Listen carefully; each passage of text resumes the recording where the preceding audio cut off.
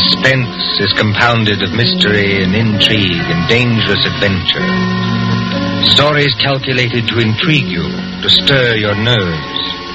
Tonight, for instance, as we begin, you may want to ask yourself, how could a young lady, a bride, walk out on a balcony alone and vanish? Completely vanish. We trust that while you are wondering how and why it was done, we shall keep you in suspense.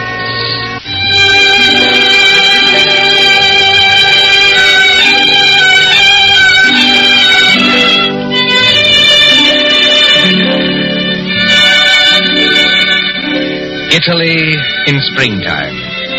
Italy as we used to know it before the jackal struck. And the island of Capri, 20 miles out across the Bay of Naples. Blue water a-dazzle under the sun. Behind you the bone-white beaches, and Vesuvius dull purple in a heat haze. Ahead, as the little steamer from Naples chugs out across the bay, rises Capri. Olive trees and white roads, and vineyards above the cliffs. Could young Americans find a better place to spend their honeymoon? While the guitars sing, and the warm winds blow, and the little steamer carries them. Well, Mrs. Courtney? Well, Mr. Courtney. I can't keep it up, Lucy. I'm going to break down and ask if you're happy. Oh, I'll break down, too. I want to walk up to everybody I meet and say, "Oui," just like that. What I want to do is turn somersaults myself, all along this deck here. I want to say, I've been married to Tom Courtney for practically 2 weeks. And now we're going to have a villa at Capri for a month. Oh, Tom, I ought to be the happiest woman in the world. Only... You shivered. What's wrong? Well, ever since we got aboard this ship, people have been staring at me. I can't blame them for that, dear. No, I mean in a funny way, and muttering. Even your American friend, what's his name? Granger? Mr. Granger. When you introduced him to me at Naples, I thought his eyes were going to pop out. Be careful, he's standing over by the rail now. Oh. He lives at Capri. I like to see him wearing that white 10-gallon hat in Italy. Before Granger made money in oil wells, he was a real old-fashioned cowpuncher. And he's proud of it. Good fellow, too. He's too polite to say anything, but he keeps looking around at me, just the same as the rest of them do. Well? Well, Tom, they look scared. You know, Lucy, this isn't the time to start imagining things. I know. Well, maybe I'm just so happy I'm afraid it can't last. Oh, don't say that. But wouldn't it be pretty awful if something did happen and we weren't together any longer? Wait a minute. Hasn't this ship stopped? Yes. Well, it is Capri ahead of us, isn't it? It can't be anything else. Well, it seems a funny place to stop. No sign of a harbor. Only rocks and little gray cliffs. Oh, Mr. Granger. Mr. Granger? Yes, young fella? Do you happen to know why we're stopping here? Well, yes, that's an easy one, son. We're stopping so that you and your good lady and anybody else who's curious can get a look at the Blue Grotto. The Blue Grotto, of course. Now, just shake your eyes with your hand, ma'am. You see that tiny little arch under the cliff? Yes. And all the little white rowboats are coming out towards us? Yes. Now, when the first boat comes alongside, you climb down that iron ladder and get in. The boatman will row you out and through the arch into the grotto. It's a great, big, dark cavern. The water in there looks as though it's lit up underneath with blue fire. Like to go out and see it, Lucy? Oh, I'd love to. Let me give you a little tip, though. The current's pretty fast out there. You'll go shooting under that arch like 60. Are we likely to upset? Oh, no, but the arch isn't as high as your head. When you see it coming, lie back flat in the boat. That is, unless you want your block knocked off. Well, thanks, Mr. Granger. We'll remember. Come along, Lucy.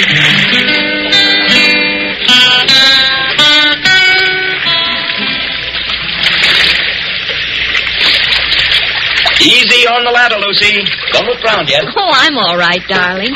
And just as good a swimmer as you are. I'm in the boat now. Take one more step. Steady. Yeah, there you are. Now turn around facing the boatman and sit down here beside me. What's the matter with the boatman? Easy, man. Do you want to upset us? Sit down. You come back, yes? Come back? Well, I've never been here before in my life. Push off, man. Start rowing. The other boats are piling up behind you. You come back. Start rowing, can't you? Andare subito. Basta. Tom, he can't take his eyes off us. I wish he'd watch out where he's rowing.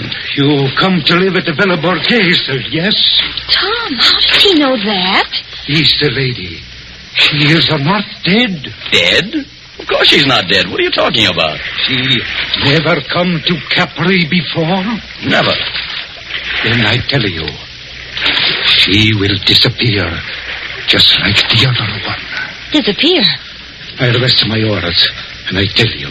Tom, aren't we moving rather fast? Yes, that's the entrance to the grotto ahead. I tell you, there was a lady so much like you at all, carpeting back. Oh, it scared me. Now, look, old man, I don't want to teach you your business, but you've got your back to that grotto. Take a decent lady back where she come from. Do not take her to the Villa Borghese. Down, Lucy. Flat on your back. Down!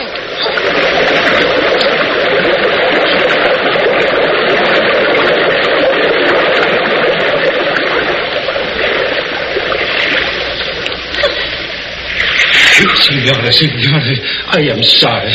I almost make you get hurt. You know you nearly got your own head knocked off. Excuse me, Nor. I am used to it.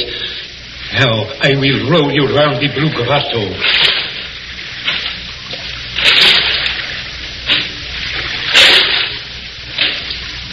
I don't think I like it much, Tom.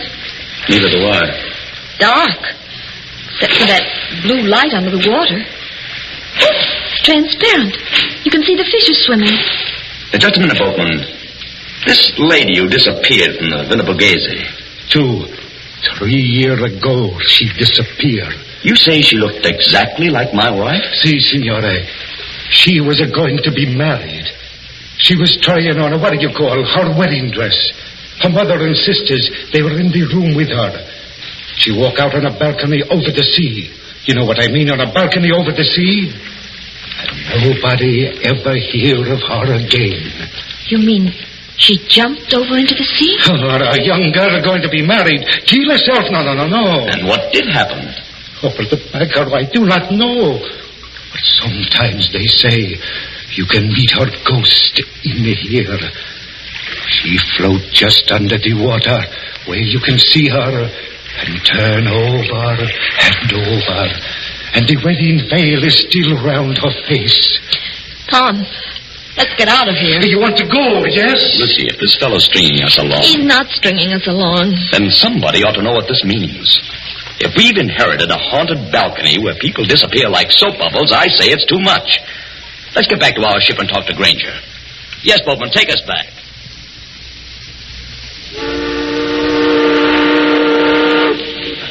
Mr. Granger!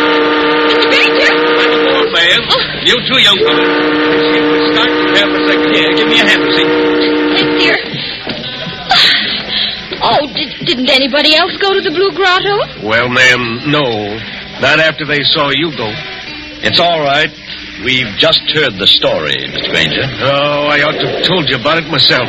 All the way out here, I've been cussing myself and thinking what an ornery old badger I am for not telling you when I first met you in Naples. The girl did vanish then. By a first-rate miracle, yes. In broad daylight and within 20 feet of her mother and sisters. You don't look like a man who'd believe in miracles, Mr. Granger. Oh, I'm not, son. I'm just telling you what happened. But why is everybody so excited? Somebody must have thrown her off the balcony. Josephine Adams was all alone on a balcony 40 feet up a cliff, smooth as glass. She didn't fall, she wasn't thrown because there was no sound of a splash, and she didn't come back from the balcony because her mother and sisters were in front of the only door. Yet, within 15 seconds, 15 seconds, mind you, she just vanished. You believe that? Sure, I believe it, son. Why, it's a fact. Did you know the girl's family? Oh, very well. We've got a real English-speaking colony here. Oh, by the way, in about half a minute now, I'm going to show you your new home. Oh, can we see it here on the ship? Oh, sure you can, ma'am. It's on the edge of the cliff. Dr. Davis's house is on one side of it, and my shack's on the other. That's why I want to ask you a question. Of course. Ask anything you like. Well, I'm an old stager, ma'am, but not exactly up to the high-toned society around here, but do you trust me? Yes, I think so. Well, then, promise me something. Unless you're with somebody you do trust, keep away from that balcony. Do you honestly think there's danger? Or... I don't know, son. If I did, I wouldn't have to talk this way. Sounds like a dog barking. I thought I heard it before. What is? A big police dog. And led by a very handsome woman, if you ask me. Oh, Lord, here she is again. Who? The Countess. She lives in our colony. She looks like an American. You take your eyes off her, Tom Courtney. She is an American. Married a Count Parcheesi or something like that. Just call her Nellie. My dear Mr. Granger. Hello, Nellie. It's true. Everybody told me so, but I couldn't believe it until I saw her. She does look exactly like poor Josephine Adams. Just as small, just as dainty. Please, is everybody trying to give me the jitters? Nellie, I want you to meet some friends of mine. Oh, you don't need to introduce me. I know who they are. You're the nice young couple who've taken that villa. I'm Nellie Lucchese. Oh, yes. And this is my dog, Tiberius, named after the wicked Roman emperor. You know who used to live at Capri? I must confess I'm terribly fascinated by wicked things. Aren't you, Mr. Courtney?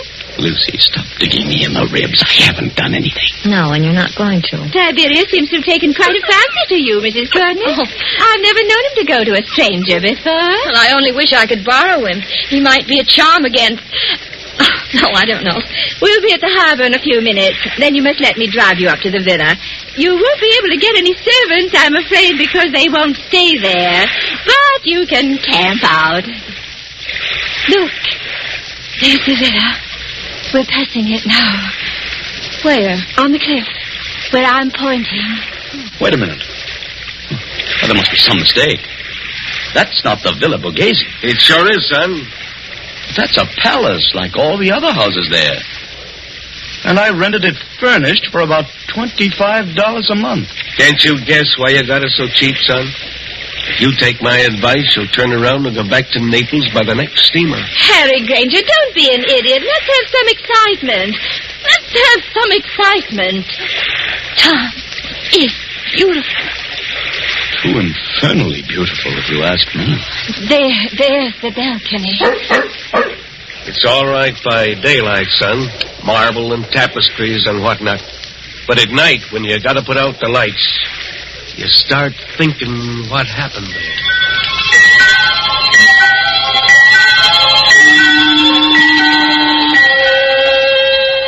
The moon over Capri makes a deathly daylight. You could see to read on that balcony if anyone went out there. Frosted glass doors open out on it from a big room on the ground floor. Two determinedly calm persons and a dog sit looking at each other. Lucy, stop it. Stop what? Stop looking over at that balcony. I'm sorry, darling. Why are we sitting here anyway? There's an outer room that's much more comfortable. It's like having a toothache. A very little toothache. I may be dense, Angel, but I don't follow you. You put your tongue against the tooth to see if it'll hurt. You know it will hurt, but you go on doing it just the same. Well, that's us. Maybe you're right. Oh, Tom, did you ever think we'd have a lovely house like this? Yeah, the house is all right, yes. Then they have to go and spoil everything. Our honeymoon. With this blasted Tommy rod about... Tom, you're as jittery now as I was this afternoon. Oh, even Tiberius is jittery. Yes, I guess I am. Easy, boy. Easy. Well, there's whiskey on the table. In a minute. Not just now. There's nothing wrong with that balcony. Suppose you walked out there this minute. I've had a horrible longing to try it. Just because I know I shouldn't. Well, nothing could attack you. All you'd have to do would be to yell. That'd bring Mr. Granger out on his balcony like a shot. And the neighbor on the other side of us... Who is on the other side, by the way? A specialist in brain diseases. Dr. Davis. He's English. Easy, Tiberius. Easy. Tom, I'm afraid. It's all right, darling. You hold Tiberius's collar while I open the door. Good evening, Mr. Courtney. Good evening, Mrs. Courtney. I'm no ghost. I'm merely your neighbor, Dr. Rutherford Davis. Yes, of course. I trust you will pardon this intrusion. No one answered my knock, so I I ventured to come in. It's no intrusion, Dr. Davis. Mr. Courtney, I wish I could say welcome to Capri, but I have a very different message. Well? If you value Mrs. Courtney's life, you'll go back to Naples immediately, sir. Not you, too. I do not say that as a ghost hunter, sir. I say it as a medical man. May I sit down? Oh, of course. Please do. Oh, thank you. We seem to be forgetting our manners. Dr. Davis, will you have a drink? Oh, thank you. Perhaps a small whiskey? I'll get it, darling. You sit down and talk to Dr. Davis. You're not going back into that room alone. I'm only going to get the drinks, Tom. I promise to be good. And Tiberius can come with me. Can't you, Tiberius? Oh, I see you've borrowed Tiberius from the Countess Duquesne. Yes, she was kind enough to offer him. Excuse me, I'll be back in a minute. Come on, Tiberius.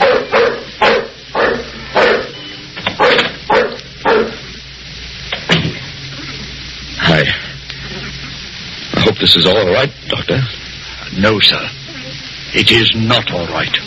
Your wife is in very great danger. But why? Because of that balcony? No. Because she looks exactly like the late Josephine Adams. I don't get it.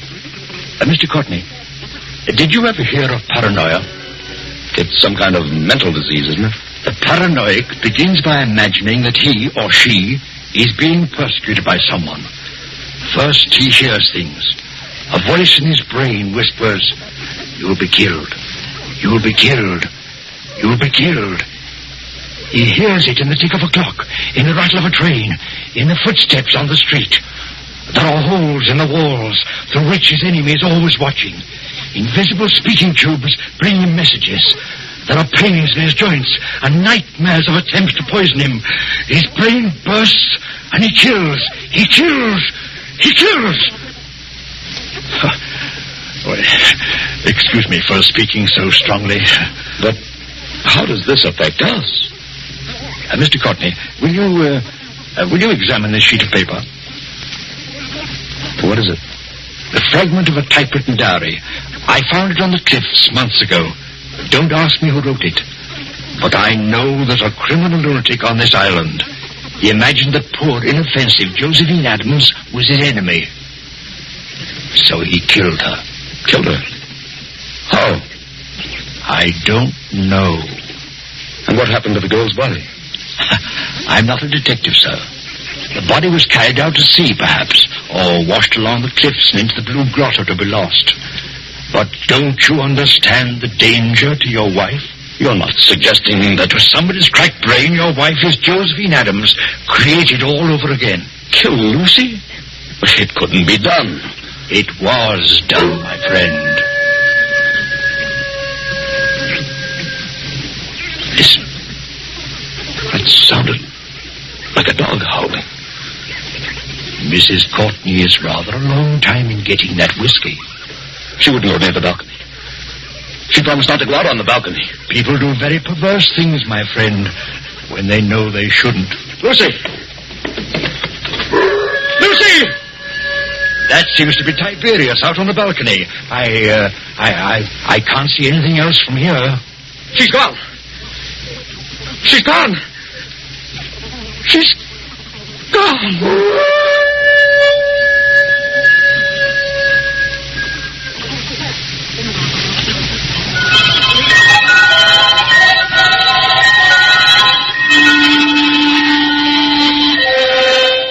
An empty balcony, a howling dog, and a sea turned clear silver under the moon.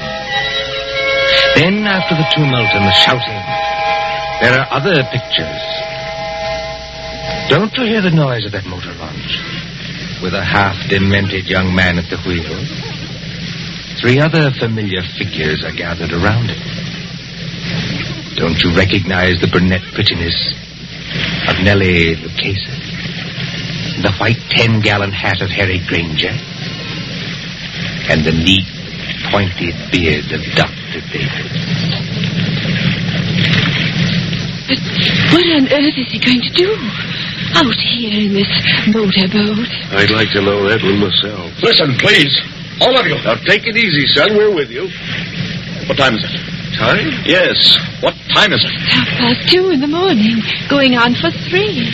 12 hours. Then the tide ought to be just where it was this afternoon. What's the tide got to do with it? A whole lot. Somebody set a trap and made Lucy fall off that balcony. I know it. Oh, that's absurd. If Lucy's been carried out to sea, there's nothing we can do about it. But if she's been carried along with the current and into the Blue Grotto... Blue Grotto? One moment, sir. You're not proposing to run this big launch under that arch after dark? Yes, Doctor. That's just exactly it. Go on. Do it. I'll back you up.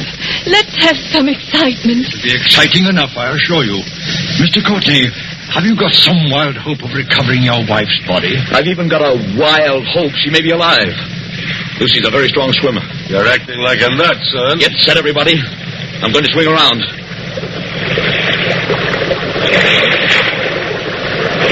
We're in the current now. Better hold tight. I've got to duck my own head when we go through. Everybody else, swap down.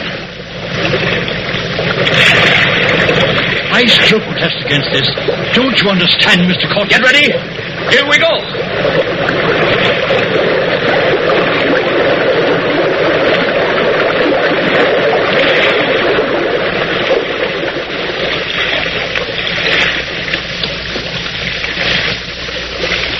What on earth is wrong? There's no Blue Grotto. It's as black as pitch. My dear Nellie, I kept trying to tell all of you. The Blue Grotto effect is caused by the sun's rays. There never is one except when the sun is out. Just how does our friend propose to find anything in here? Listen. Something got hold of the side of the boat. I felt it move. Not the dead girl, I trust. There's a hand here. A wet hand. Lucy. She's not alive. Mr. Granger, help me lift her up over the side. Easy now. Don't tip the boat. Oh, Lucy. Lucy, are you all right? Tom. Are you all right, Lucy? Can you hear me? All right. Just exhausted. I got in here. Couldn't swim out against the current. Oh, don't try to talk. I've got to talk. I'm going to faint. Tom, who's with you? Only our friends. Who's with you? Is the murderer with you? I was just wondering the same thing. To be shut up in the dark at 3 o'clock in the morning with a criminal lunatic. Who spoke then? Now, Lucy, don't hold me so tight. Let go, dear. I'll get the boat started and have you out of here in a second. Who spoke then? Only Dr. Davis. Tom, I've got to tell you. I know how that girl, Josephine Adams, died. Almost killed me. Has anybody here got some brandy? Or a flashlight? I have a flashlight, my friend. Will you allow me, as a medical man, to examine Mrs. Courtney? You better keep back for just a second, Doctor. She's hysterical. Give me the flashlight, please. I walked into the other room. Nobody with me. All alone except Tiberius. Yes, Lucy. Somebody called my name. From the balcony, I thought. Very softly. Mrs. Courtney said. Mrs. Courtney. Did you recognize the voice? Yes. That's why I went. Hadn't you better start up this boat and get out of here, Now, then? don't pay any attention to them, Lucy. Nobody can hurt you now. I went out on the balcony. It was bright moonlight. Bright as day. But there was nobody there. Nobody on the balcony? No. I looked out over the sea. And then something came at me. Something flew out of the air and came at me. Just one moment before Mrs. Courtney goes on. Is anybody in this boat carrying a revolver? Not that I know of. Excuse my mentioning it, but I felt something. Metal. Like a revolver. Brushed past my hand. Oh, it was only the flashlight. Excuse me, it was not a flashlight. Mr. Courtney's got the flashlight. Would you please let Lucy go on and finish? Lucy, you were on the balcony and something came at you. Yes. Like a snake. Sideways. Out of the air. It went over my head. Fastened around my neck. It was a rope. With a running noose in it. A rope? That's it. A rope. It was thrown from another balcony. I'm small and light, like Josephine Adams. But it pulled me sideways and over the rail. I fell. I think I begin to understand They couldn't see what happened to Josephine Adams. Frosted glass doors to the balcony, so they couldn't see. Now, take it easy now. You're perfectly safe. Is she perfectly safe? The murderer let her fall on the rope. But the rope was jerked tight long before she struck the water. That broke her neck. Then the murderer lowered her softly. So there wasn't any splash. And the current took her away, rope and all. That's it. It would have happened to me. Only the rope must have slipped through the murderer's fingers. Through whose fingers? What did I tell you? Somebody in this boat has got a revolver. Who's overboard? Somebody went. Switch on that light, my friend, and shine it on the water. All right, Doctor. There's your light. Look at it. Turning over and over. The water in the blue grotto is red now. Tom, stay close to me. What's all right, Lucy. I swear you're safe enough now. Did he shoot himself? Yes. Did who shoot himself? Who had a balcony exactly like ours on the house next door? Who began life as a cowpuncher and would have known how to use a lasso? Yes, and knew Josephine Adams well, and got it into his maniac's head that Mrs. Courtney was Josephine Adams all over again. Harry Granger. Look. There's his 10-gallon hat floating away. And so ends The Bride Vanishes, a story of mysterious doings.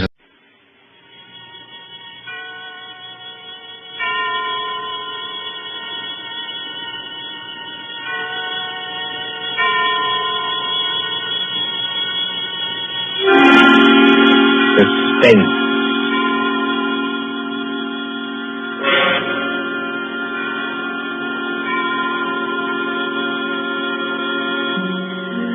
Tonight, Columbia brings you as a guest star Peter Lorre, one of the screen's past masters of the art of suspense. Suspense is compounded of mystery and intrigue and dangerous adventure. In this series are stories calculated to intrigue you, to stir your nerves, to offer you a precarious situation, and then withhold the solution until the last possible moment. Tonight, for instance, Mr. Lorre plays for us a doctor, a husband, with something dark and terrible on his mind. Was it murder? And if so, can this at last be the really perfect crime? We trust that while you are wondering, we shall keep you in suspense. For Suspense tonight, CBS presents Till Death Do Us Part by John Dixon Carr, starring Peter Lorre.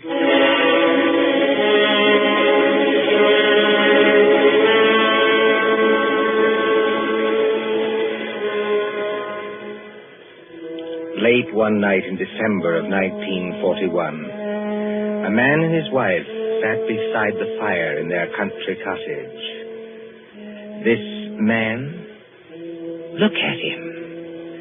A professor of mathematics, stout and middle-aged, guileless as a child.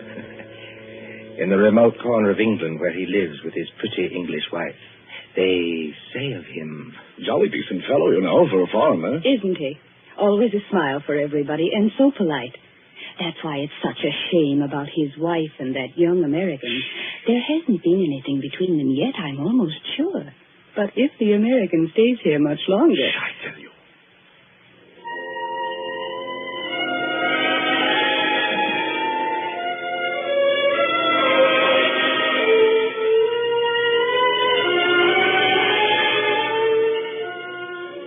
A happy man, this Professor Kraft. His cottage in the country is rather isolated. 3 miles from the nearest house. No electricity or central heating or telephone. And on December nights like this, a great wind comes rushing off the Sussex Downs. It rattles at the windows, growls in the chimney, and makes unsteady the oil lamp on the table. Professor Irwin Kraft sits before the fire, in a snug book-lined room. And across from him, sewing, sits his young wife, Cynthia. A domestic scene. A very domestic scene. Oh, my pet, this is wonderful, isn't it? Oh, so nice and cozy. How I enjoy our little home. It's a pleasure to be indoors on a night like this, isn't it? Yes. Did my darling have a good day? Just about as usual. No adventures, huh? Not exactly. I walked into the village. Walked? Oh, I really blame myself for burying you out here. I ought to get your car. That's not necessary, thanks. Come now, come. Did something happen to upset my little pet today? No. You know, darling, I look at you and I marvel. You marvel at what? At a wife who can actually blush. Yes, with a skin so fair and a conscience so transparent that she can actually blush. I wasn't blushing about About what? anything you might be thinking.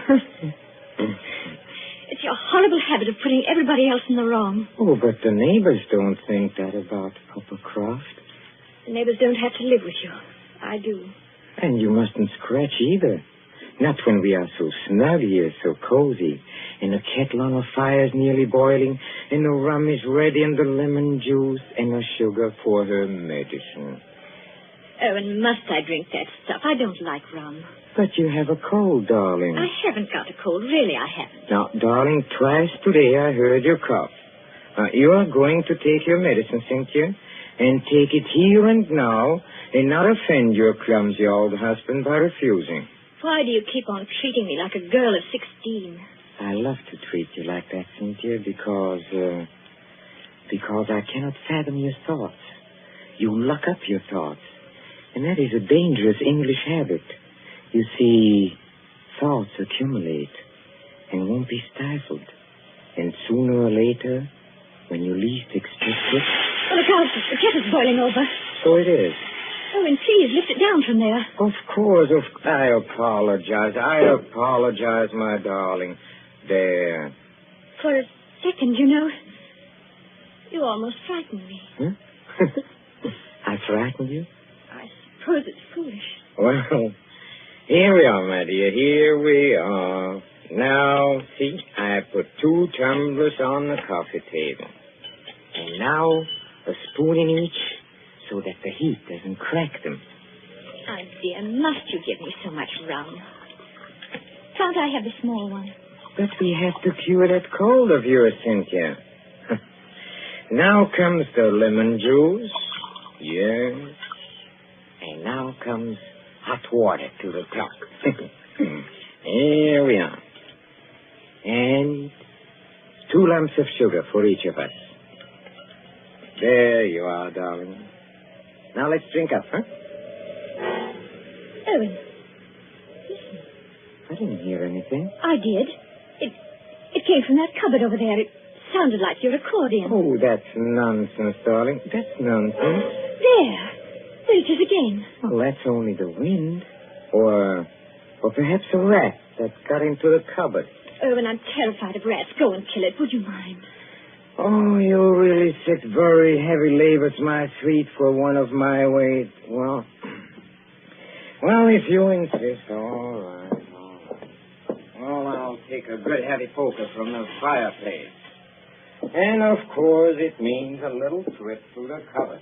Owen, never mind. You haven't changed your mind, have you? It'd probably run out across the floor. Come back. Wouldn't run very far, I'm sure. Well... Again, if you insist. I can't think what's the matter with me tonight. No? No. You're sure nothing upset you in the village today, huh? Certainly not. How about this young American, that fledgling doctor, what's his name?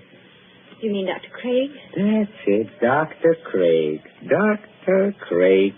Didn't someone say he was leaving today for London and then back to the States? I believe so. That's what Lady Randolph told me. And you didn't say goodbye to him? Certainly not. Well, that wasn't kind of you, darling. That wasn't friendly. What's the matter? Don't you like my nice hot rum drink? No. But you'll give me no peace till I do drink it. That's right, darling. That's right. Now, take it down like a good girl. I'm keeping you company. See? Oh, how pretty she looks. With her yellow hair in the firelight. And her red mouth. And her light little hands. Very pretty. Oh, there is just one other thing, Cynthia. I gave you a letter to post this afternoon. Did you post it? Yes. Registered? Yes. And did you notice to whom the letter was addressed? Everybody notices the address on an envelope.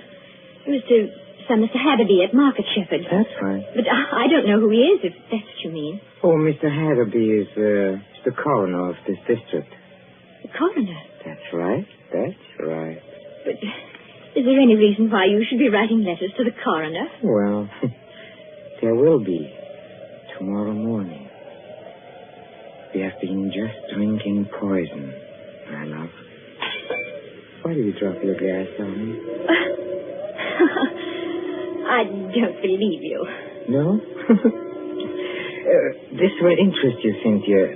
You were a trained nurse, and weren't you, You see, the poison was aconite.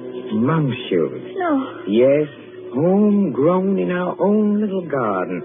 You know, 1/16th of a grain has been a fatal dose. There's no telephone here. No car, not even a neighbor. Exactly, my angel. Take your hands off me. Let me get up. No, my pet. In about 5 minutes, you see, the first symptoms will come on. Symptoms? Yes. Our throats will grow dry. Our eyesight will turn dim. No. And presently we'll lose the use of our limbs. Well, there are convulsions before the end, I believe, but you won't feel them. Let me out. If you try to hit at me, Angel, you'll upset that lamp. And, well, if you upset the lamp, this cottage would go up like tinder. We don't want to burn to death, do we? Owen, why are you doing this? Why are you doing it? Why? Do you think all Papa Kraft is blind, my pet? Huh? If I can't have you, Cynthia, nobody else is going to have you. You mean Jim Craig? So it is Jim Craig. Oh, that was nothing. My tongue slipped. A cynic would say, my dear, that your foot slipped. Do you think I don't know what happened the other night at the schoolhouse? Schoolhouse? Yes, the Market Shepherd Schoolhouse. At Lady Randolph's little concert in aid of the war relief. Nothing happened. I swear it didn't. No? No. Oh, then it was coincidence, I suppose, that you and that Dr. Craig didn't arrive until the concert was nearly over. Yes. Yes, it was. We didn't go there together. No? We met in the little hall outside the auditorium. It was just as you were finishing your number on the accordion.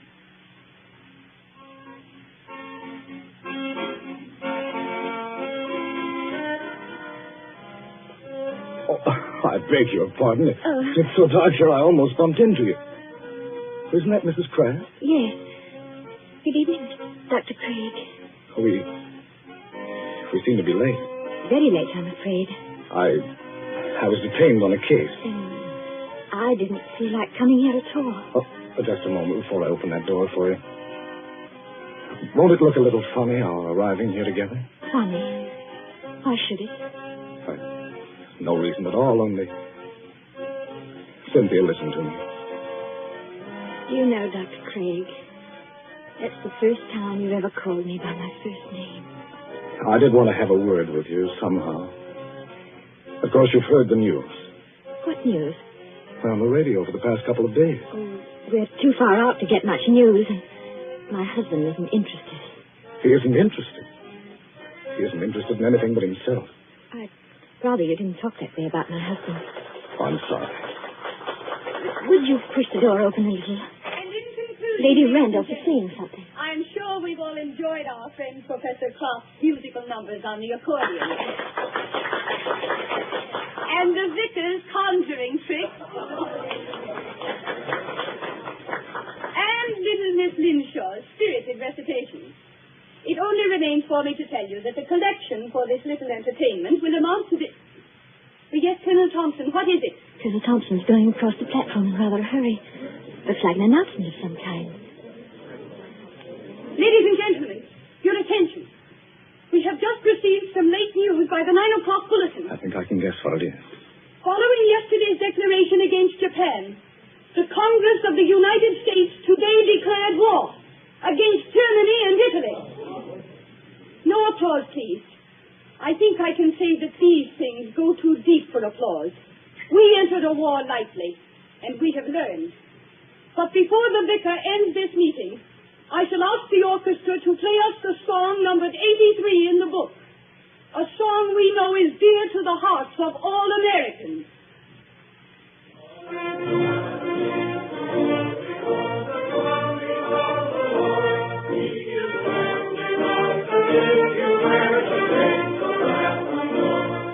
Close the door, Cynthia. Jim, this doesn't affect you. Naturally it does. You won't be leaving England. Probably in a very short time. I'll be needing doctors. But does a formal declaration of war make any difference? What does it mean to you? What does it mean? I can't explain it, Cynthia. It's all in that song. If they're going to need me, I'll go back. But can't you do just as much good here in England? I don't know. That depends on what the army says. And doesn't anything depend on what I say? We haven't got much time, Cynthia. That crowd will be out in a minute. Yes. And we won't admit it, will we? Admit what? Admit how we feel about each other. I haven't said... Nor I. I was only talking about what we were thinking. No, we won't admit it. You say you can't explain about the war. I can't explain about this. Don't try. It's better this way. Owen's being very good to me. He's such a childlike person. Yes. Everybody likes him. Oh, he has his tempers, and he's not easy to live with sometimes, in spite of what they think. But I can't do anything to hurt him, because he'd never do anything to hurt me.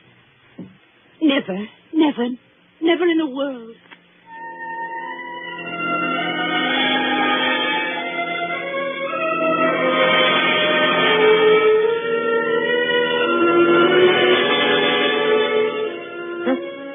A very fair estimate of my character, too. That's exactly what I said about you. So you are in love with that fellow? I admit it now.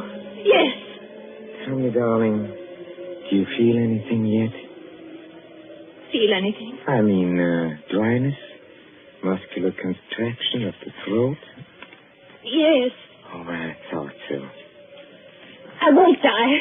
I won't. And how do you propose to stop yourself? Your only chance would be to reach the village infirmary. And I'll see to it that you don't get there. But what if the poison takes you before it takes me? Then you can't stop me. But it won't, darling. You seem terribly sure of that. You see, the amount I gave you, as you perhaps noticed, was more than I gave myself. I'm going to follow you, my little pet, into the dark, where there are no Dr. Jim Craigs. But not too quickly. I shall still have most of my faculties, Cynthia, when your convulsions are already beginning. Oh. I wonder if you will. What is it, Your legs don't seem any too steady. I don't know. It must be the heat of the fire, perhaps, or it's very hot in this room. Cynthia, darling, listen to me. Yes, Erwin? There is a copy of Taylor's medical jurisprudence there, over on the shelf there. Please get it for me. I'm afraid you'll have to get it for yourself, my dear. That is, if you can. Oh, I'll get it. Mind the lamp, Erwin. We don't want the house afire, just as you said yourself. I'll mind the lamp. Listen to me. You know, some people's systems are intolerant to poisons. They experience in minutes what ought to take hours. Does it hurt, Erwin? Does it hurt? Yes. But you'll find out soon enough, my pet. Because you'll never make 3 miles to the village. Never. You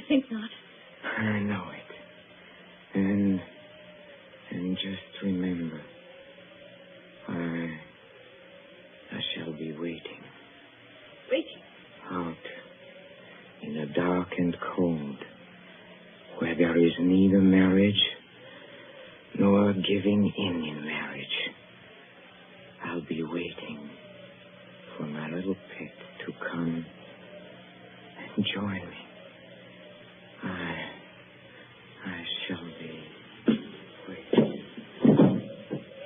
Owen. Owen. Oh. I hate you. I loathe you. I'm afraid of you. But I don't want you to die because of me. And yet, you are dead, Owen. But I'm not going to join you. I've never prayed much, Owen, but I'm praying now.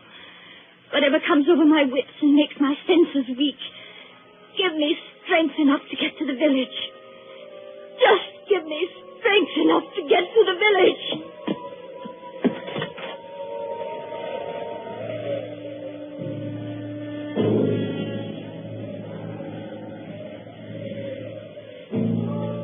An empty room now, except for the motionless figure by the fire. The great wind enters through an open front door and makes the lamp shake dangerously on the tables. The whole house creaks. Otherwise, it is very quiet. Suddenly, the corpse sits up. Professor Kraft looks pleased, doesn't he? Very pleased. Very alert as he moves over to a certain cupboard door. Well, and now I think the real fun can begin. Patience, patience, patience, my friend, while I open the cupboard door. Well, there we are.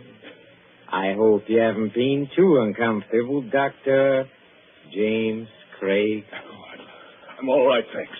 So you managed to get the gag out of your mouth, huh? I managed it, yes, just now. I'm too late. Well, you are still securely tied up, I'm glad to say. You know, you gave me several very, very unpleasant moments, young man, when you got your foot on that accordion. Did I? Well, Cynthia thought you were a rat and wanted me to kill you. You know, she shows very good sense sometimes. I could hear both of you talking. Thanks very much. Oh, of course, you could, of course. Excuse me, please. I forgot that. Yes, and I could see you, too, through a crack in the door. Well, you were intended to see us. But now, come on. First of all, I'll drag you out of here. Yes, now, let me take you. Yes. Now we can sit down and have a nice, cozy little chat. Huh? How much aconite did you give Cynthia? How much? Oh, about 2 grains. 2 grains? Well, then she can't possibly... No, she can't possibly live until morning. But she can live long enough to testify that she saw me die. And how much poison did you take yourself? I? None. None at all? No, none at all. But you mixed those drinks out of the same materials. I saw you do it. Well, but there wasn't any poison in the rum, young man. You see, 2 lumps of sugar steeped in aconite were dropped into Cynthia's glass. I marked them, and I didn't make a mistake. Can you see the beginnings of Papa Kraft's plan? Why, you... You see, Cynthia left the door open, my friend. And there is a very strong wind blowing tonight. Well? Just observe how it lifts the table covers, flutters the magazines, makes the lamp tremble. I shouldn't be surprised, you know, if one of those lamps blew over. A fine crash in a sheet of flame. Huh? And when they come here tomorrow morning, after Cynthia's testimony and my letter to the coroner, they'll expect to find at least a few charred bones among the ruins. And, of course, they must find some remains. Whose remains? Yours. Yes, you've got me tied up pretty well, haven't you? And now, you see... now comes the best. You were last seen going towards the railway station, to London, and then to America. Nobody will inquire after you. Except Cynthia. That's right, except Cynthia, who will be dead. That I waylaid you and brought you here while Cynthia was in a village will not be known to our good coroner, and I shall disappear. What do you think of it, young man, huh? I think it's rather good, huh? You're going to let me burn to death? Yes, and I shall enjoy the necessity. By the way, too bad you missed my performance at Lady Randall's concert. It was very nice. But, then I think you were otherwise occupied. You could call it that. Occupied, I think, in making love to my wife. You hurt my vanity, young man, and you are going to suffer for it. I never made love to your wife. No? No. But I don't suppose you could possibly believe that. Are you already begging for mercy? Now, come on. Are you begging for mercy? No, I think not. Dr. Craig, I don't like the way you're taking this. I really don't. Don't you? No. You ought to be afraid. All decent men should be afraid. And no man is heroic when he sees death coming. But you're as white as a plate. Can't take your eyes off me. And seem to be expecting something. Maybe I am expecting something. You are? Well, I think I can persuade you to tell me what's on your mind, my friend. If I use the poker out of the fire, huh? You see, I'm a mathematician. I leave nothing to chance. Do you hear that, Professor Kraft? A car has stopped out in front. Well, they won't come in here. But of course they will. It's probably the Home Guard. Look, you fool, you've left the front door standing wide open in a blackout. Don't be childish. Do you think to upset me with that? Something's upset you. Take a look at yourself in a mirror. Huh? Nothing can upset my plans now. Everything is ready. My clothes and my money are in a stable. This place, this pretty little cottage, will be a furnace. All I have to do is pick up that lamp. You see, like this, and something is wrong with me. Oh, you're not acting this time, are you? You're not pretending now. You swine! What have you done to me? I have done nothing. You have done something to me. I can feel it. There is sweat all over me. My throat choking. Through the gate and up the path. That sounded like my wife's voice. It was Cynthia's voice. What is wrong with you? A person would think you were drunk. I'm sorry, Lady Randall, stopping me in the road and asking to be taken to the infirmary at 80 miles an hour, and then finding there was nothing wrong with you. Oh, but it can't be. It isn't possible. Oh, but it is. You see, your plans didn't include the fact that Cynthia doesn't like rum. Remember, you poured a very large drink for her and a small one for yourself. And you filled both glasses with hot water. Oh, remember when she got you to leave her and come over to this cupboard? She changed the glasses then. You're the one who swallowed the poison, 2 grains of aconite. No. Help me. Please. Help me. Nothing on earth can save you. Help me, please. In the name of pity, please. Please help me. Nothing on earth can save you. No. You won't. Then I'll show you. I'll take you with me. I'll take everybody with me. Where are you going? I'll get that lamp. I'll take you with me. Why, look at you. You can't even see. You're blind. You're staggering straight into that cupboard. I'll take you. I'll take you with me. I'll take you.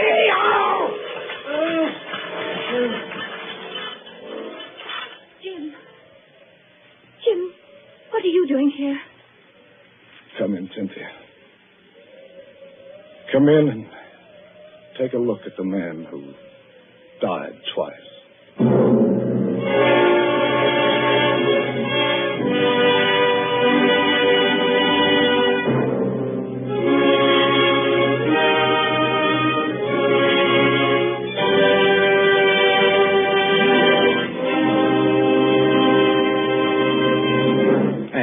so ends Till Death Do Us Part, starring Peter Lorre. Tonight's story of Suspense. Columbia presents these tales of mystery and intrigue and dangerous adventure for your relaxation and enjoyment. Next Tuesday, there'll be another in this series. Same hour, 9:30 Eastern Wartime. Mr. Lorre was starred as Professor Kraft. He was supported by Alice Frost as Cynthia, David Gothard as Dr. Craig, and Mercedes McCambridge as Lady Randolph. William Spear, the producer, John Dietz, the director, Bernard Herrmann, the composer-conductor, and John Dixon Carr, the author, are collaborators on Suspense. This is the Columbia Broadcasting System.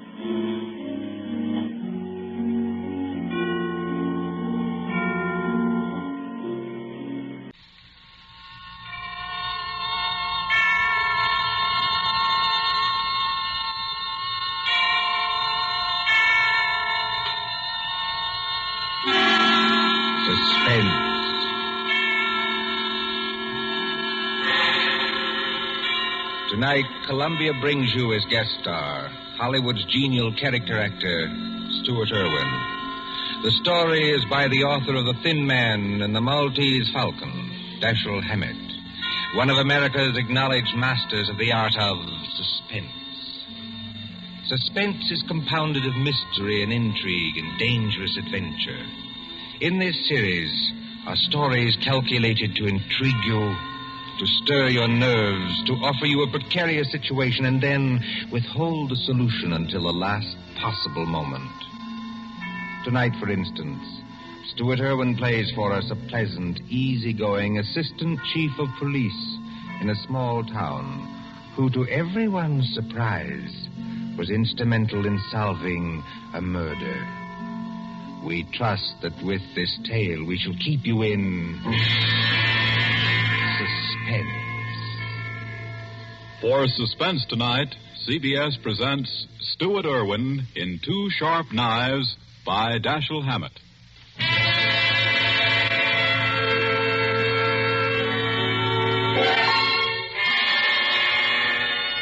Shortly after 2 a.m., a poker game had just broken up at Ben Camsley's, the doctor coroner of Deerwood City. Scott Anderson, Deerwood's chief of police, and Wally Shane, his assistant, were standing outside. Where are we heading for, Scott? Let's walk across the street, Wally. Railroad station. Gee, aren't you afraid of the excitement, Chief? Don't you think that watching the 211 come in is apt to be too much for your blood pressure? Well, if it is, Wally, you can always carry on. You've been a pretty good imitation of an assistant to me for some time now. Yeah? Yeah. If anything happens to me, you'd be the chief. Don't worry. Won't be any harder for you to fool the public as chief. Hi, Elmer. Howdy, Scott. Hello, Wally. Kind of late for you boys to be around, ain't it? No, I don't know. We sort of figured we'd put the town to bed tonight. How's the 211? On time? Right on the nose. She ought to be blowing for the bend in just about 3 seconds now. Yep. What'd I tell you? It's her now. Expecting anyone on her, Scott? No, Elmer, I'm not expecting anyone. Wally and I just thought we'd come over and watch you come in, that's all. You know, Elmer, you never can tell who might get off, though. Dick Turpin, Henry Morgan, Jesse James, Jack the Ripper, or 6 officers of Murder Incorporated, or even your Aunt Gussie. I guess you're right, Wally. Well, here she be. Pardon me, gents, but I gotta be rolling the wagon out to the baggage car.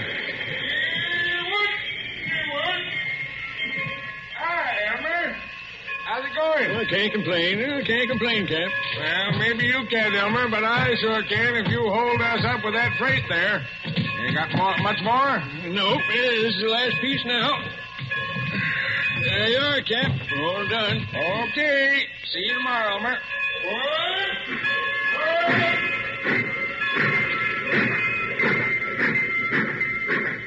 Hey, Scott, do you see what I see? You mean, do I see the man who just got off that train? The answer's yes. Well, he's a ringer for the guy we got a picture of. That is the guy. Well, then, what do we do now? We take him, Wally. My car's at the corner of the alley. But, Scott... We'll tail him up the street. Okay, Scott. There he goes now, over toward the taxi stand. Come on. Let's follow him.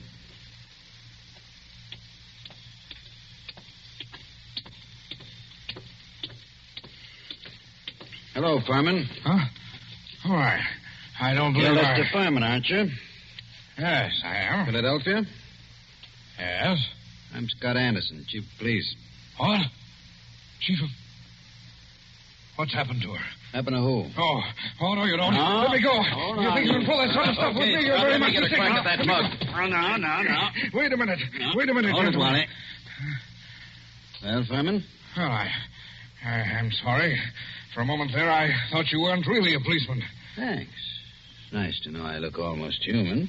Yes, it was silly of me. I'm sorry. Well, let's get going now before anything else happens. Okay, Furman, get in the car. I'll drive, Scott. In you go.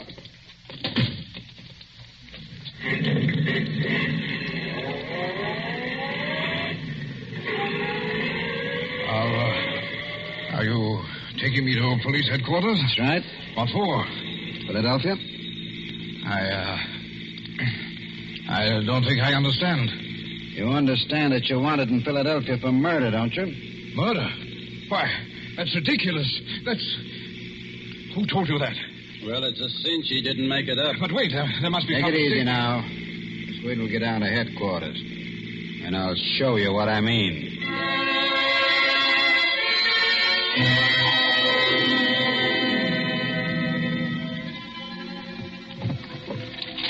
Now then, here's the circular on Lester Furman. It was sent out by the Trans-America Detective Agency in Philadelphia. Take a look at it. Oh, $1,500 reward for the arrest and conviction of Lester Furman, alias Lloyd Fields, alias J.D. Carpenter, for the murder of Paul Frank Dunlap in Philadelphia on December 8th, 1942. Well? It's a lie. You're Furman, aren't you? Oh, yes, but... That's your picture on the circular, isn't it? Oh, yes, but I... Scott, I see you and Wally got Furman, huh? Oh, hello, George. You lucky stiffs. Now you two split $1.50 reward. I never seen nothing like it. You know, if it ain't vacations in New York at the city's expense, it's reward dough. Judge, someday, if you don't remember you're the jailer around here, not the D.A., you're going to be wearing your teeth on the outside of your lips, and I'll be the guys who arrange them that way. Savvy? Just because you caught a guy who's hot in Philadelphia. It's a lie. It's a frame-up. You can't prove anything. There's nothing to prove. I never killed anybody. I won't be framed. Take it I won't easy, be framed. Furman. Take it easy. You're wasting your breath on us. Save it for the Philadelphia police. We're just holding you for them. But it's not the police. It's the Trans-America Please Detective... turn you over to the Philadelphia police. Mr. Anderson, Well, then there's nothing I can do now? There's nothing any of us can do till morning. You'll have to search you now, then we won't bother you any more till they come for you. But Wally, you look through his bag. I'll see what he's got in his pockets. Okay, Scott. Well, all he's got on him are some business cards, a few letters, $160, a book of checks in a Philadelphia bank, and a few odds and ends. What's with the bag, Wally? Not much. A couple of changes of clothes, some toilet articles, and... Oh, here's a 38. Loaded. Pretty little thing, isn't it? Okay, put those things in what I got in the vault. All right, George. You can take Furman now and lock him up. This is the most ridiculous Come thing on, darling, come on. We ain't had nobody in our little hooscow for 3 days running. Hey, yeah? Now you'll have it all to yourself. Just like a suite at the Ritz. But Go on, in you go. I tell you, you're making a mistake. I demand to be allowed to get in touch with my lawyer. Hey, how about you boys cutting me in on a little of that blood money, huh? Oh, sure, George, sure. I'll forget all about that 2.5 you've been owing me for 3 months. Make Furman as comfortable as you can, George. Take good care of him. He's valuable, huh? Yeah, now, if it was some bum that didn't mean a nickel to you... George, any day now, I'm going to forget that your uncle is county chairman and throw you back in the gutter just to see how high you'll bounce. Remember that. Oh, Scott, I didn't mean nothing. That's all, George. Never mind the rest. I'm going home now. If anything's urgent, I can reach there. But get this. I don't want to be disturbed. Unless it is urgent.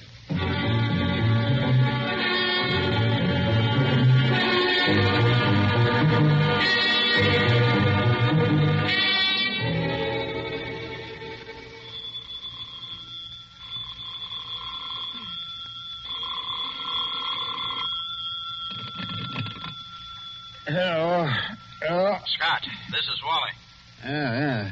Yeah, Wally, what time is it? It's 5 after 6 in the morning, and you'd better come right down, Scott. That fella Furman's hung himself. What?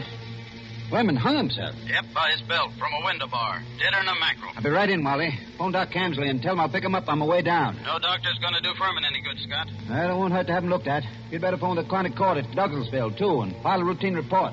Already did that. And what's more, hold on to your seat. The DA's on his way over, in person. The DA?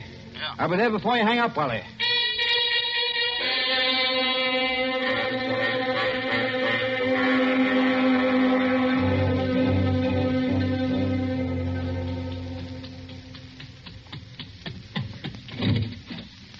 Come on in, Chief. Ted Carroll, the DA's here, and he's plenty hot under the collar. What's he burning about? Oh, he's just mad. Running up quite a phone bill on us, too. Been calling Philadelphia every couple of minutes since he got here. What kept you so long? I couldn't get my car started. Well, let's go in and see the old buzzard. No, Ted. Listen, Scott, what is all this? Oh, what? There's some funny business going on here. What's funny about it? Man hangs himself. Just another case of suicide. Sure, it was suicide. But I just telephoned Transamerica. Dug a guy out of bed there. And he said they'd never sent out circulars on Furman. Didn't know about any murder he was wanted for. All they could tell me about him was he used to be a client of theirs. I don't know what to say, Ted. I don't either. Oh, a fine chief of police you are. What on earth kept you so long? Car store. Came as quick as I could. Makes you so crabby, Ted. Nothing. I guess it's just the district attorney and... Ah, now, come, gentlemen. Nobody'd know you two are staunch admirers of each other. Okay, Wally. Tell me, what do you make of it? Well, there's plenty wrong, Scott. First, that Transamerica thing. They never sent out circulars about Furman. And now, get this. I talked to the Philly police just before you came in. There wasn't even any Paul Frank Dunlap murdered. There wasn't? No. What did you get out of Furman before you let him hang himself? That he was innocent. Didn't you grill him? Didn't you find out what he was doing in town? Wally, didn't you? What for? He admitted he was Furman. The description fitted him. The photograph was him. The Transamerica Detective Agency's supposed to be on the level, ain't it? Philadelphia wanted Furman. We didn't. But why, sure, Ted. If I'd have known he was going to hang himself. Yeah, but then if your aunt wore pants, he'd be your uncle. You said Furman had been a client of Transamerica. They tell you what the job they did for him was? His wife left him a couple of years ago, and he had them hunting for her for 5 or 6 months. But they never found her. They're sending a man up here tonight to look things over. Yeah, huh? Yes. Mm-hmm. Well, I'm going out and grab a quick bite. But I might as well tell you, Scott, there's going to be trouble over this. I know that, Ted. There usually is when somebody dies in a jail cell.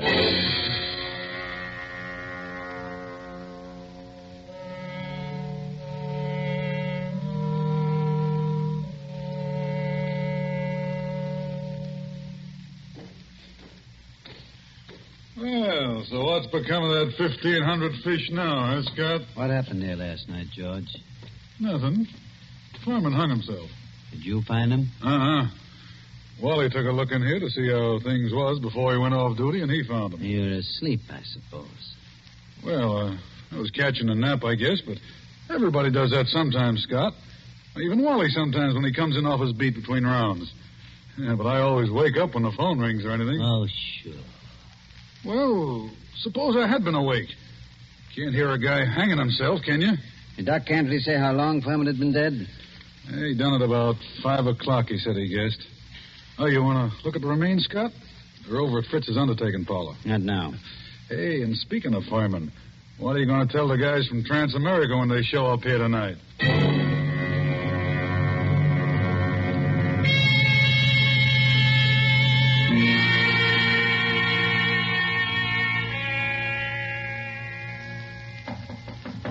Come in. Oh, they told me I'd find you here. You're Chief Anderson, aren't you? Yes, that's right. I'm Carl Reesing, assistant manager of the Transamerica Detective Agency in Philadelphia. This is Mr. Wheelock, who was Lester Furman's personal attorney. Glad to know you, Mr. Reesing. How do you do, Mr. Wheelock? How do you do? I know you gentlemen are already in possession of most of the details concerning Mr. Furman from the time he arrived in Deerwood until the time of his death. But perhaps you don't know that the police of most towns in our corner of the state have also received copies of this same reward circular. Take a look at it. I must say this circular is an excellent forgery. You're sure it's a forgery, Mr. Easing? Oh, yes, there's no doubt about it. But it's an excellent forgery. Tell me, Mr. Wheelock, was Mr. Furman a native Philadelphian? Oh, my, yes. He was a well-known, respectable, and prosperous citizen of Philadelphia. Married, I believe? In 1934, he married a 22-year-old girl named Ethel Bryan, daughter of a Philadelphia family. And the Furmans had a child?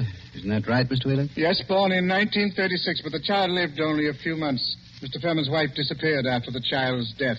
What year was it that she disappeared? Mr. Riesing should remember that. His agency worked on the matter. Oh, I remember it well. Mrs. Furman disappeared in 1937. We never heard anything of her again, although Furman spent a lot of money trying to locate her. What did she look like, Mr. Riesing? In just a moment. I have a picture of her right here in my briefcase. Here it is. Quite pretty, isn't she? If you care for that type. I see what you mean, Mr. Wheelock. But she's attractive as that. Judging by this photo, I'd say that she was a small-featured, pretty blonde, with a weak mouth and large, somewhat staring eyes. Oh, that's an accurate enough description, all right. If you don't mind, I'd like to have a copy made of that photograph, Mr. Riesing. Oh, you can keep that one if you like. It's one that we had made up at Transamerica. Her description's on the back. Thanks. Did Furman ever divorce her? No, sir. He was a lot in love with her, and he seemed to think that the child's dying made her a little screwy so that she didn't know what she was doing. That's right, isn't it, Mr. Wheelock? That is my belief, Mr. Riesing. You said Furman had money, Mr. Wheelock. About how much did he have? And who gets it? I should say his estate will amount to perhaps $500,000 left in its entirety to his wife. Mm-hmm. It's quite a handy sum for anyone to have, I'd say. Mr. Wheelock, everything shows that somebody framed Furman into the Deerwood jail. And that frame-up drove him to suicide. But there has to be something else. A lot else. Well, then, what are you going to do? I'm going across the street to the undertaking parlor and have a look at Furman. I'll see you later.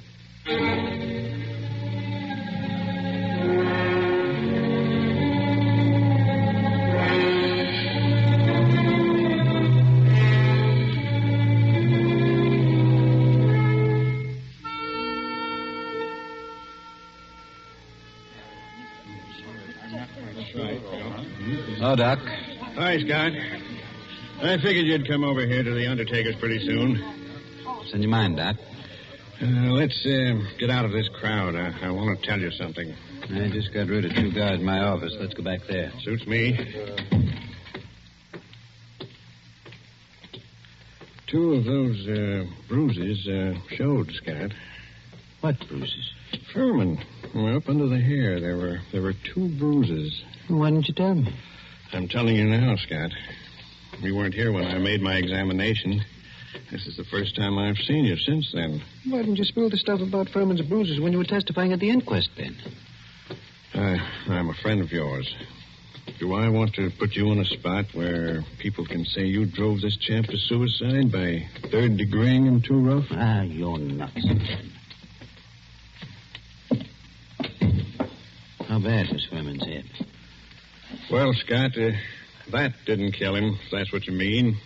There's nothing the matter with his skull. Just a couple of bruises nobody'd notice, and unless they parted the hair. I thought you ought to know, though. Yeah. Thanks, Ben. Yes, who is it? This is Fritz, the undertaker. Listen, Scott, there's a couple of ladies over here that want to take a look at Furman. Is it all right? Who are they? I don't know them. Strangers. What do they want to see him for? I don't know. Wait a minute. Can't I please see him? Why do you want to see him? Well, I'm his wife. Furman's wife? Yes. Oh, certainly. I'll be right over. So long, Ben. I've got to go back to the undertaker's. So long, Scott.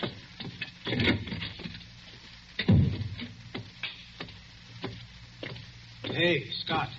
What do you want, Wally? I want to talk to you a minute. Over here where we won't be seen. Okay, what is it? A couple of dames came into Fritz's undertaking place just as I was leaving.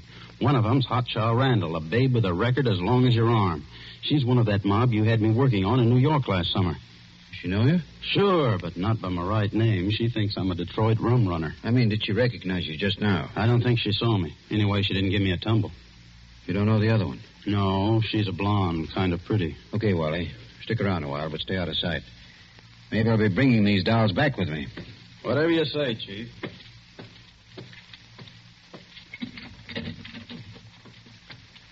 Oh, there you are, Scott. I wondered when you were coming. This is Mrs. Furman, and this is Mrs. Crowder. How do you do? Hiya, Chief. They just saw the body. Mrs. Crowder, I thought your name was Randall. What do you care, Chief? I'm not hurting your town any. Don't call me Chief. You city slickers, I'm the town whittler. Thank you for letting me see him. It's all right, Mrs. Furman. But I'll have to ask you and your friend some questions. So if you'll just come across the street to headquarters, we'll get on with the routine.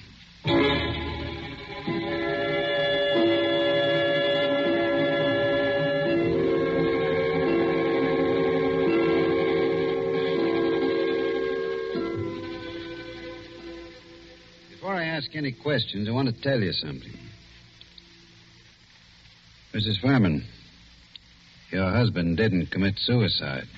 He was murdered. Murdered? Ah, Chief, we got alibis. We were in New York, and we can prove it. And you're likely to get a chance to. What brought you down here, anyway? Murdered? Well, who's got a better right to come down here? She was still his wife, wasn't she? She's got a right to look out for her own interests, hasn't she? Mm-hmm. It reminds me of something. Excuse me a second. I've got to make a phone call in the next room.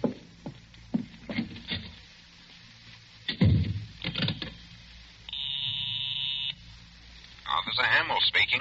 This is Scott. Yes? Is Wally around? No, he's not here. He said you told him to keep out of sight. I'll find him for you, though. Right. Tell Wally I want him to go to New York tonight. Send Mason home to get some sleep. He'll have to take over Wally's night trick. Oh.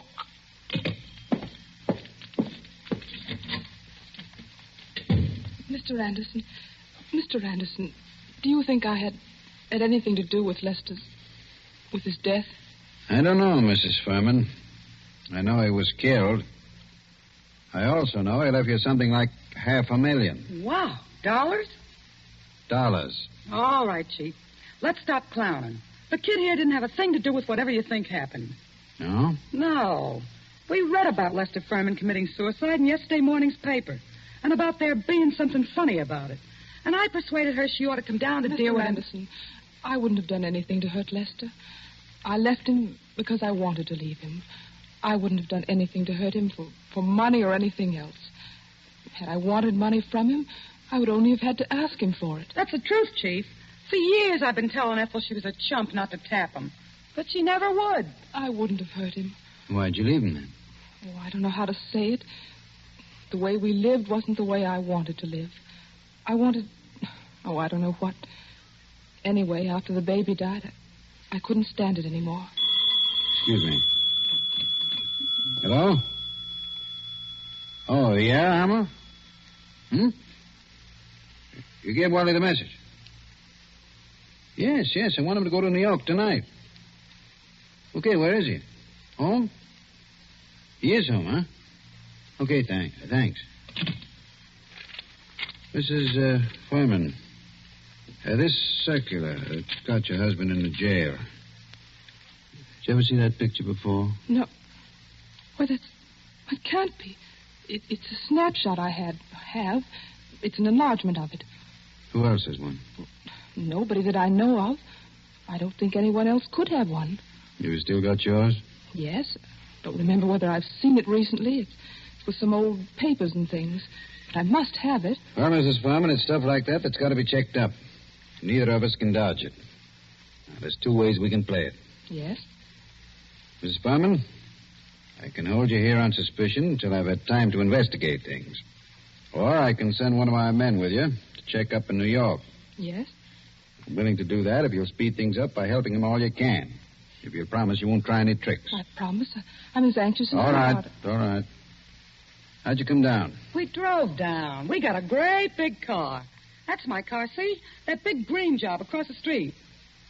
Yeah.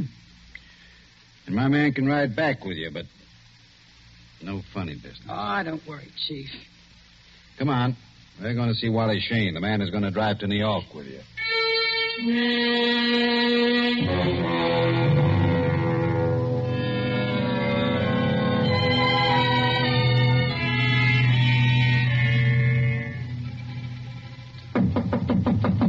Wally? Who is it? Scott, Wally. Come in. Ladies first. Harry. Harry. Ethel. No, you don't. No, you don't. No use reaching for that gun, Wally. Already got you covered. I guess you win, Scott. Yeah, I guess I do. Come along back to headquarters with me like a good little boy. Wally, you're under arrest for murder.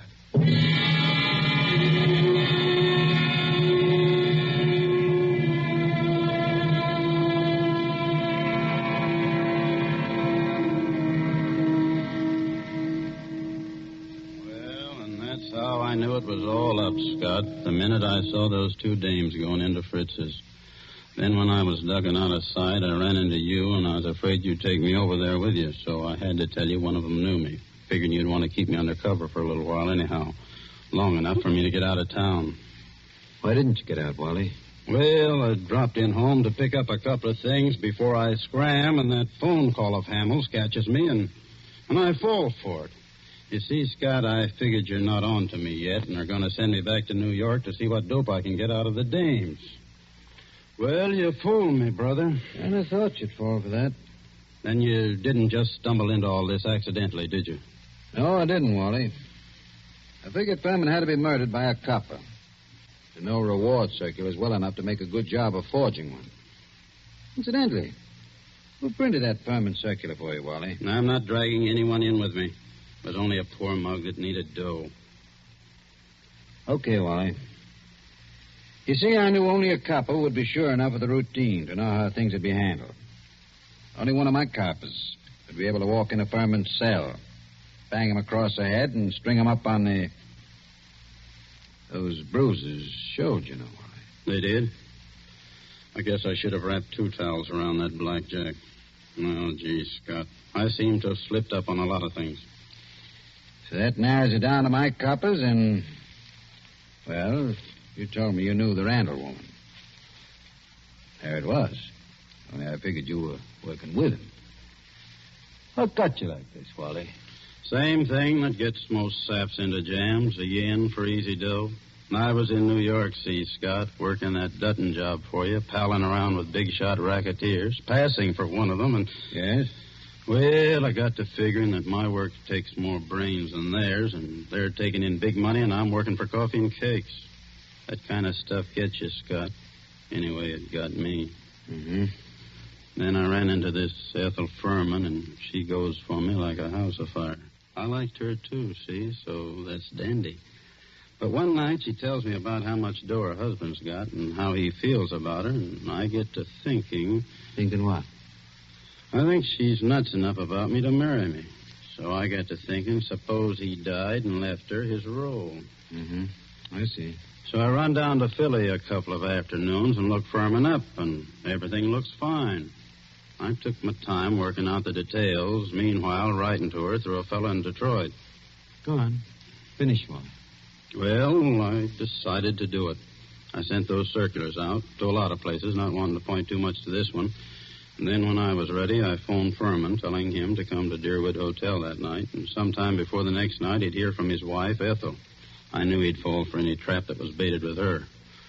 Only I guess I'm not as sharp as I thought I was, Scott. Maybe you are, Wally. Maybe you are. That doesn't always help. Old man Camsley, Ben's father, used to have a saying, to a sharp knife comes a tough steak. Well, sorry you did it, Wally. I always liked you. I know you did, Scott. I was counting on that.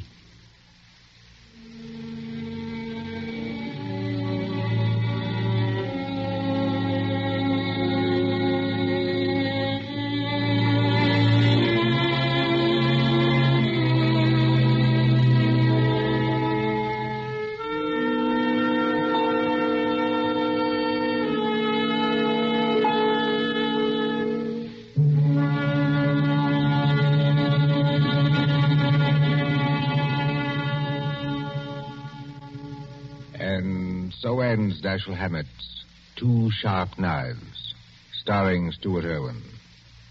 Tonight's story of Suspense. Columbia presents these tales of mystery and intrigue and dangerous adventure for your relaxation and enjoyment. Next week, Suspense will not be heard because of a special holiday broadcast. Columbia's review of the events of the year, 12 crowded months, which has been scheduled. On the following Tuesday, January 5th, there'll be another in this series. Same hour, 9:30 Eastern Wartime. William Spear, the producer, John Dietz, the director, and Bernard Herrmann, the composer-conductor, are collaborators on Suspense. This is the Columbia Broadcasting System.